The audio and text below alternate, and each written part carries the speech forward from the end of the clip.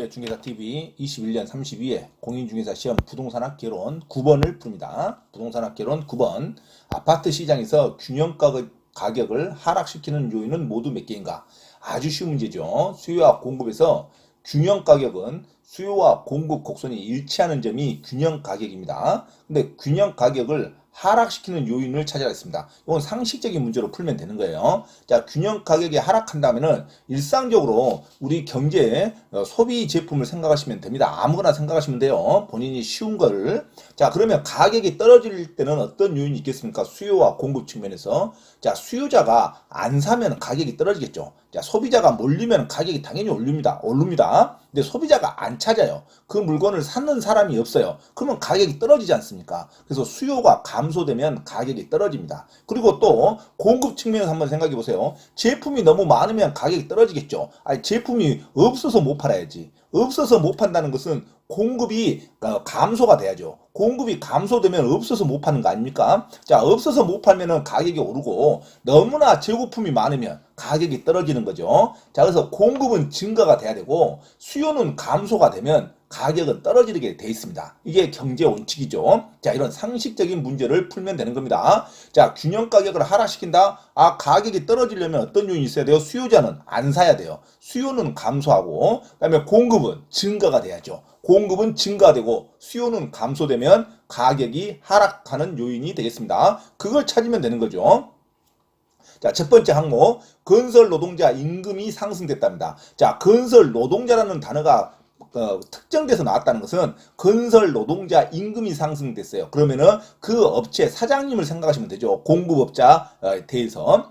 그러면 임금이 높으면 다른 공급에 대한 투자를 하겠습니까? 투자를 못하죠. 공급의 대표자 입장에서 보면, 제조업체 사장 입장에서 보면. 그래서 건설 노동자라는 단어가 특정이 됐으면 공급적인 측면에서 판단하셔야 됩니다. 아, 건설 노동자 임금이 상승되니까 이 사람이 소비를 많이 하겠구나. 수요자 입장에서 가면 안 돼요. 건설 노동자라는 단어가 특정이 됐으면 전반적인 공급 경제 측면에서 생각을 하셔야 됩니다. 건설 노동자 임금이 상승하면 다른 공급에 투자를 하겠습니까? 아니면 투자가 많이 위축되겠어요? 인건비가 상승되면 당연히 공급이 감소되는 효과가 나타납니다. 인건비가 상승되면 건설 투자를 안 하게 되죠. 자, 그래서 건설 노동자 임금이 상승되면 공급이 감소되는 요인입니다. 공급이 감소되면 가격이 떨어지지 않죠. 자, 건설 노동자에 초점을 맞추시기 바랍니다. 건설 노동자 임금이 상승했다. 그러면 다른 공급 제품을 투자하기를 꺼려야 합니다. 그래서 건설 노동자 임금이 상승되면 공급이 감소되는 효과가 나타난다.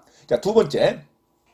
대체주택에 대한 수요가 감소. 이 대체주택, 우리는 지금 어떤 걸 지금 생각하는 겁니까? 아파트를 생각하는 거예요. 아파트 시장에서 가격이 하락하는 요인. 그러니까 우리는 주로 아파트를 봐야 되는데, 자, 지문이 뭘로 나왔습니까? 주택이 나왔다 이겁니다. 이게 대체제. 아파트를 사지 않고 주택을 사려는 사람들이 있죠. 그러니까 이 아파트에 대한 대체제, 주택에 대한 수요가 감소됐답니다. 그러면 주택에 대한 소비자가 우리 아파트로 옮겨왔다는 걸로 생각하시면 돼요. 주택에 대한 수요가 감소됐으니까 우리가 물어보는 아파트에는 수요가 증가됐겠죠. 반드시 이 주택에 대한 수요가 감소되면 다른 쪽으로 옮겨가는 것을 대체제라 그럽니다. 안 사고 집에 가는 사람이 아니에요. 대체제는 반드시 뭔가를 사는데 경쟁 상품이 안 사면 우리 걸 산다 이거죠. 반드시 대체 주택에 대한 수요가 감소됐다. 그러면 우리 거에 대한 수요가 반드시 증가되는 것을 대체제라 그럽니다. 그러니까 대체라는 단어가 나왔으니까 그 경쟁 상품 주택에 대한 소비자가 우리한테 옮겨왔다고 생각하시면 되죠. 그러니까 대체 주택에 대한 수요가 감소되니까 우리 아파트에 대해서는 수요가 증가되는 겁니다. 수요가 증가되니까 가격이 오르겠죠. 하락되는 게 아니라 소비자가 몰리니까. 자, 소비자가 줄어들어야 가격이 떨어지는 겁니다. 대체 주택에 대한 수요가 감소됐다. 그러면 우리 아파트에 대한 수요가 증가되는 현상을 나타냅니다. 그 다음에 세 번째, 가구의 실질 소득 증가.